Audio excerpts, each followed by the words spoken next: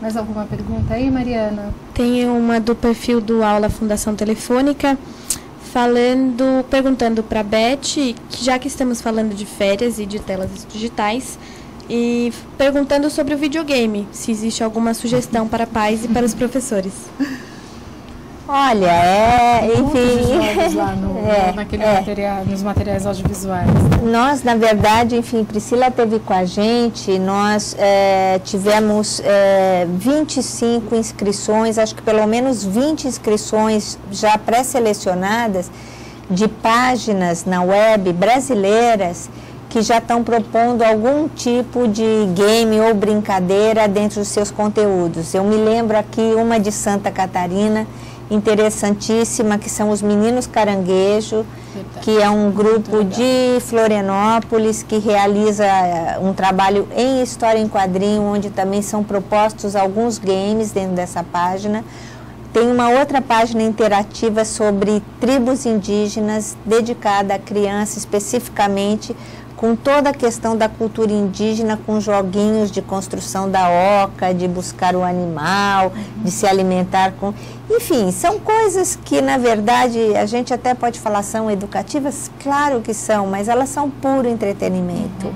O ambiente do videogame e do jogo, ele é propício da brincadeira. Agora, claro, tem conteúdos e conteúdos, e aí, como a Sônia falou, cabe aos pais começarem a se informar, a buscar e a procurar, e sem dúvida nós aqui também podemos dar uma lista. E pegando esse gancho agora da Beth, dos pais, dos educadores, tentarem se informar, tentarem trocar um pouco mais de experiência, porque de qualquer forma, essa responsabilidade, surge uma nova responsabilidade, né? Que é o educar para a sociedade atual, educar para essas novas telas, novos ambientes. E essa é um pouco da proposta do grupo de estudos, que a Sônia vai contar para nós um pouco da proposta geral, o que é o grupo, como ele está organizado, quem pode participar, quem se ainda não conhece. Olha, participar podem todas as pessoas interessadas em educar. Na cultura. Considerando que estamos vivendo uma época de cultura digital.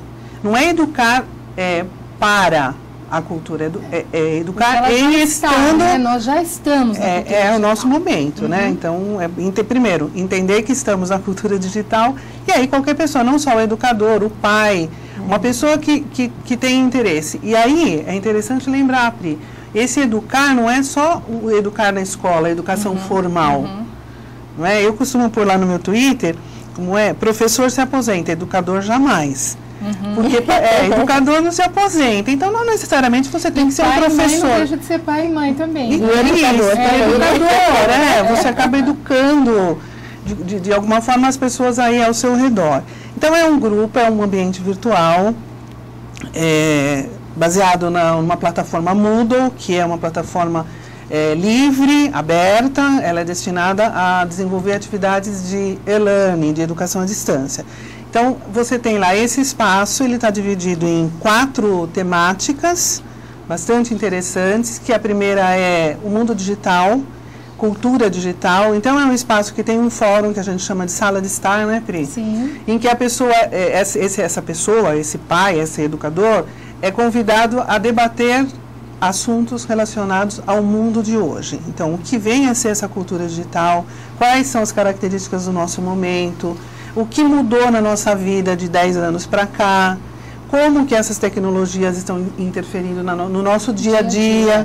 Nesse primeiro tema, primeiro entre aspas, porque não existe uma ordem, né? Então, nessa abordagem, a gente tenta trazer para a discussão as questões do dia a dia, não necessariamente do educador, das pessoas, de todas as pessoas que estão vivendo esse comecinho do século XXI. Então, há textos base, né, que uma equipe produziu esses textos, e eles servem para start para um debate que é feito nessa sala de estar, nesse fórum. Temos uma outra temática que é a inovação pedagógica. Essa temática ela é mais voltada já para o educador, para a pessoa que está em contato em situação de ensino-aprendizagem, ela está ali ensinando, ou não importa em que modalidade, se é escola pública, se é escola particular, se é primeiro grau, se é segundo. É mais voltada para o educador. E o foco, Pri, é a inovação. Então, a gente viu lá no evento que a gente foi semana passada sobre inovação, como é difícil a gente definir o que é inovar, o que é inovação. Então, às vezes, o educador pensa que o que ele está fazendo é uma inovação e não é só uma transposição. Então, esse espacinho, que é esse tema da inovação, é para o educador discutir essas questões todas. Quais são as novas tecnologias, a gente tem também uma abordagem sobre ferramentas, mas o ponto forte aí dessa temática é a metodologia. Então, não basta ter tantos aparatos. Não, a gente coloca a metodologia acima ou em primeiro plano em relação à tecnologia. Para desmistificar essa questão do educador, que ele começa sempre pela tecnologia.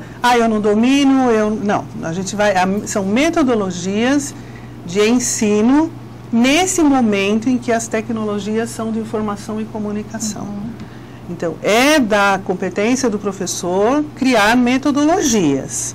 Assim como a gente criou lá atrás com a lousa, a gente criou com até esqueci o nome. Jornais, os livros. Não, o retroprojetor. Até me escapou. O mimeógrafo, eu usei todos, até mata-borrão eu usei. Então, a gente não tinha um momento de pensar metodologias, hoje a gente pensa com esses aparatos todos, e não só com a ferramenta, mas com as potencialidades que aquela ferramenta tem que olhar para ela, e meio como que a gente fala, subverter. Então, o grande lance é subverter as ferramentas. É o tema inovação pedagógica. Então, ele é mais voltado para o educador mesmo. Eu estou mediando esse tema e ele é muito gostoso. Você vê um educador chegar devagar ali e aí ele vai lendo os textos, ele vai trocando opinião com o outro, que está um pouquinho mais à frente, e aí ao final você vê ele relatando uma experiência que fez na escola, que fez com um grupo pequeno.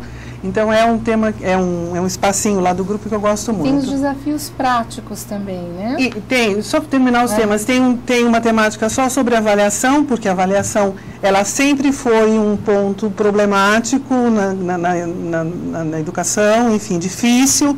E hoje ainda tem essa questão da tecnologia. A gente está trabalhando com o pessoal da PADA, que fez a pesquisa. O pessoal da PADA, do ID. Desculpa, né? Da Márcia Padilha, do ID, que fez uma pesquisa. Então, isso está tudo em debate, para o professor ficar mais seguro, o educador ficar mais seguro, no quesito... Instituto para o Desenvolvimento da Inovação Educativa. Isso.